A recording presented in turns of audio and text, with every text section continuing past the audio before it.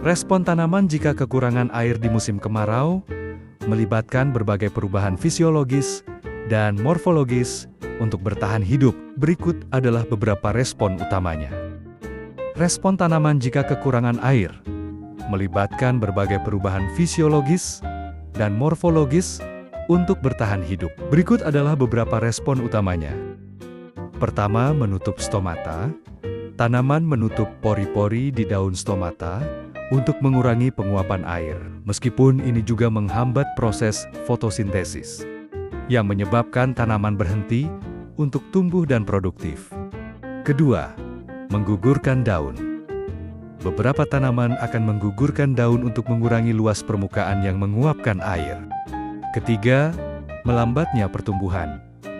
Pertumbuhan batang, daun, dan bunga melambat atau berhenti karena keterbatasan air yang dibutuhkan untuk proses metabolisme. Keempat, perubahan warna daun. Daun bisa menjadi layu, menguning, atau bahkan mengering sebagai tanda stres air. Kelima, penurunan tekanan turgor. Sel-sel tanaman kehilangan tekanan internal sehingga tanaman tampak layu. Untuk itu, tanaman akan mengarahkan pertumbuhan akar ke dalam tanah untuk mencari sumber air yang lebih dalam dan lebih luas. Dengan syarat, 1. Tanah harus gembur, sehingga tidak ada hambatan mekanis bagi akar untuk tumbuh vertikal. 2. Hormon pemacu akar harus ada, seperti auksin. Nutrisi harus cukup untuk mendukung stamina tanaman.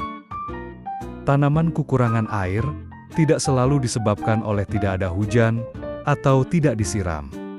Akan tetapi bisa juga karena tanah tidak memiliki tekstur yang mampu menyimpan air, karena sifat fisik yang buruk, sehingga air yang meresap langsung turun ke bawah dan hilang sebelum dapat diserap oleh akar tanaman.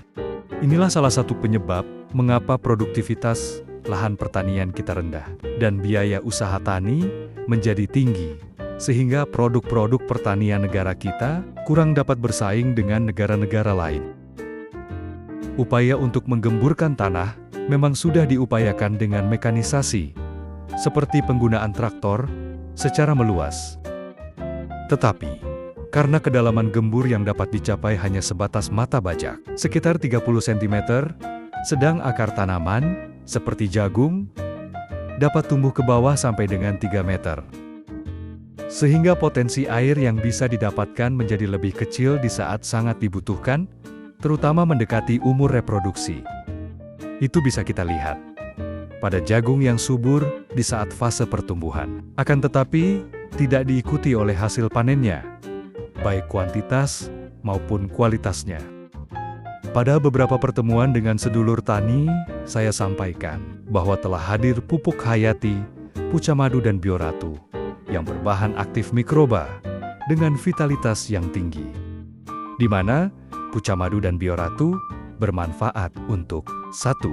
Menggemburkan tanah sampai kedalaman akar dengan cepat, sehingga daya simpan air akan lebih tinggi.